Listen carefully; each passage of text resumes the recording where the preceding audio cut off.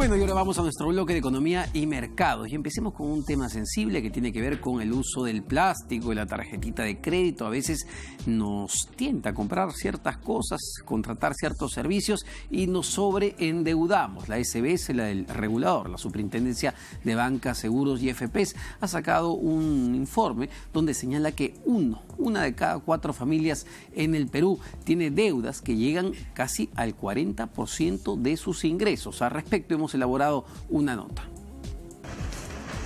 Una de cada 4 familias peruanas está sobreendeudada, según un reciente reporte de la Superintendencia de Banca, Seguros y AFP.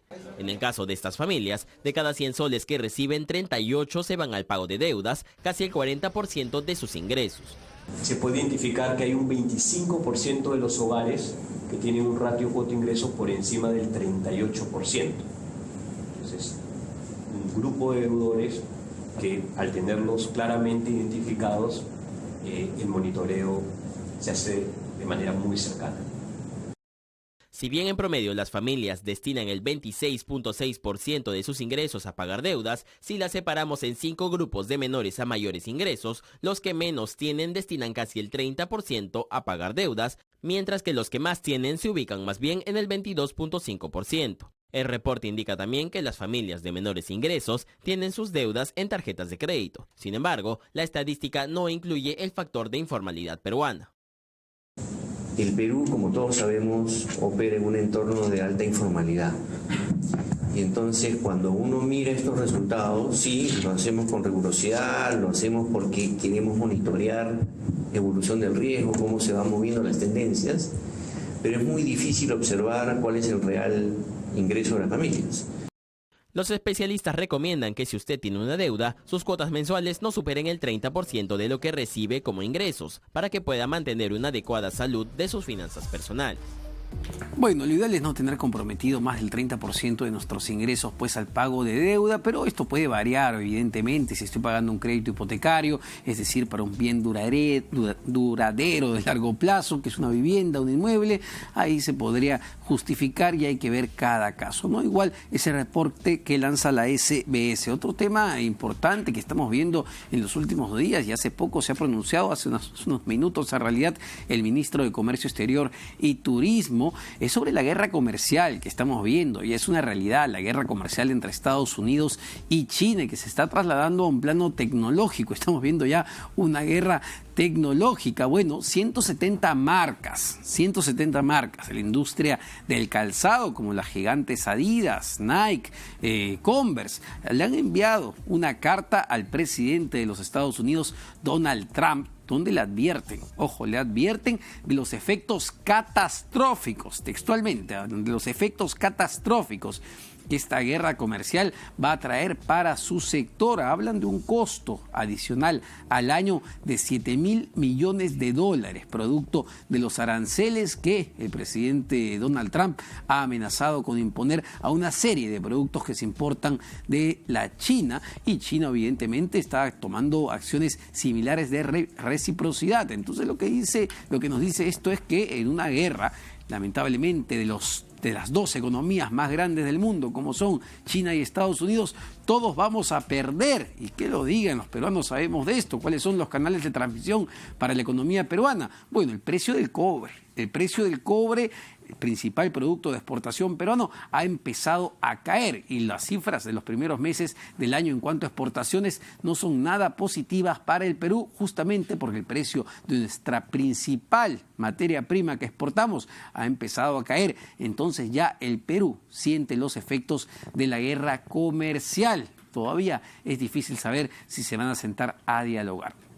Vamos a otro tema que también ha salido hoy día sumamente clave, que tiene que ver con la fiscalización, porque ya las empresas van a tener que ponerse a derecho con una nueva norma que las obliga a pagar los mismos salarios a hombres y mujeres que desempeñen cargos similares. Desde el 1 de junio empieza esta fiscalización y hoy han salido 2 normas importantes. Para comentar ese tema estamos con el doctor Pierre Mendoza, abogado de Pricewaterhouse, a quien le doy las gracias por acompañarnos esta tarde. Gracias, Omar. En principio, Pierre, cuéntanos un poquito. Han salido 2 guías, entiendo que ya, digamos, concretizan, aterrizan esta ley y ponen sobre aviso a los empresarios de todo tamaño. En efecto, Omar. De hecho, el día de hoy fueron publicados 2 guías, una por parte de la SUNAFIL, que tiene una finalidad meramente inspectiva, y otra por parte de la Dirección del Ministerio de Trabajos de Políticas y Derechos Fundamentales. Ajá.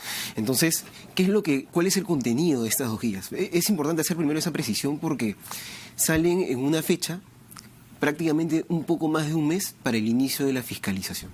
¿Y qué es lo que nos dicen? Nos dicen cómo es que las empresas tienen que adecuarse o adecuar, digamos, cuáles son los lineamientos generales, primero, de fiscalización a partir del 1 de julio y, digamos, las pautas que van a tomar en cuenta desde el punto de vista técnico. Vamos primero a lo que las empresas van a tener que tener, porque ya han tenido un proceso de adecuación. Esta ley no es nueva, viene ya de más diciembre de un año. de 2017. Exactamente, diciembre. No es poco tiempo, se han tenido que adecuar, tienen todo este proceso de adecuación.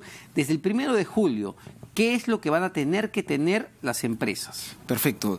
Nuestra norma nos indica que tienen que cumplir con 2 obligaciones. El cuadro de categorías y funciones y puestos, y la política salarial debidamente comunicada. Respecto al cuadro de categorías y puestos, la pregunta, digamos, y funciones, la pregunta, digamos, que los usuarios o los oyentes se deben preguntar es ¿qué cosa es? Imaginemos una organización. Ajá. Una organización tiene el gerente, el jefe, los asistentes, los analistas, ¿correcto? Entonces yo como organización lo que tengo que hacer es valorizar mis puestos y tengo que asignarle un valor a determinada posición. Analista contable, al analista financiero, al analista de informática, de recursos humanos.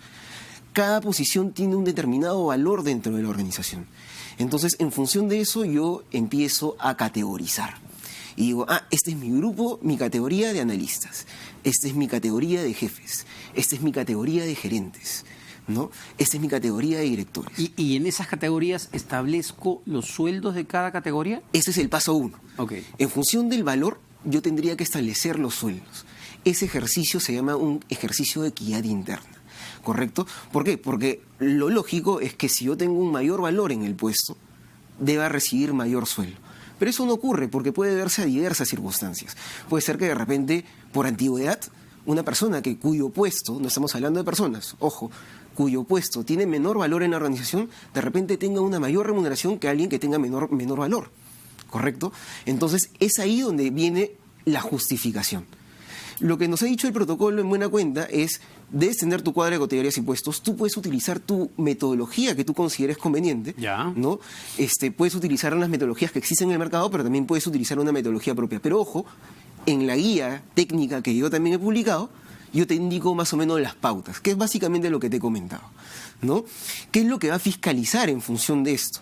Va a fiscalizar que las empresas hayan tenido al 28 de diciembre del 2017, la norma sale el 27 de diciembre del 2017, un cuadro de categorías y puestos. Si no tuvieron este documento, tienen 180 días para poder adecuarlo, es decir, que venció el 25 de junio del 2018. Y de alguna u otra manera, si es que tenían y no está adecuado a los lineamientos que te establece el Ministerio de Trabajo en la SUNAFIL, tenías hasta el 31 de diciembre para poder adecuar. Es decir, en estos cuadros las empresas van a tener que consignar el cargo, las funciones y el rango remunerativo o la remuneración. En este cuadro no tienes que consignar remuneraciones. Ok. No solo tienes que establecer cuáles son las categorías que tienes en tu organización. ¿Pero hay un cuadro donde se establezcan las remuneraciones? Y luego vienen las bandas salariales, que es donde se establecen las remuneraciones, que es un documento de gestión humana que, digamos, es producto de este cuadro de categorías. Pero ojo, ese documento no es obligatorio. Lo que es obligatorio es tener una política salarial, que es la segunda obligación. Y es que ahí donde viene la política, el protocolo de fiscalización de la SUNAFIL, que te indica, ojo, no tienes que poner sueldos. Para terminar, Pierre, digamos, SUNAFIL fiscaliza esto, ¿cuál va a ser la multa para las empresas que no cumplan con esta obligación? 189.000 soles para grandes empresas, correcto, hasta 189.000, va a depender del número de trabajadores, correcto, y para micro y pequeñas oscila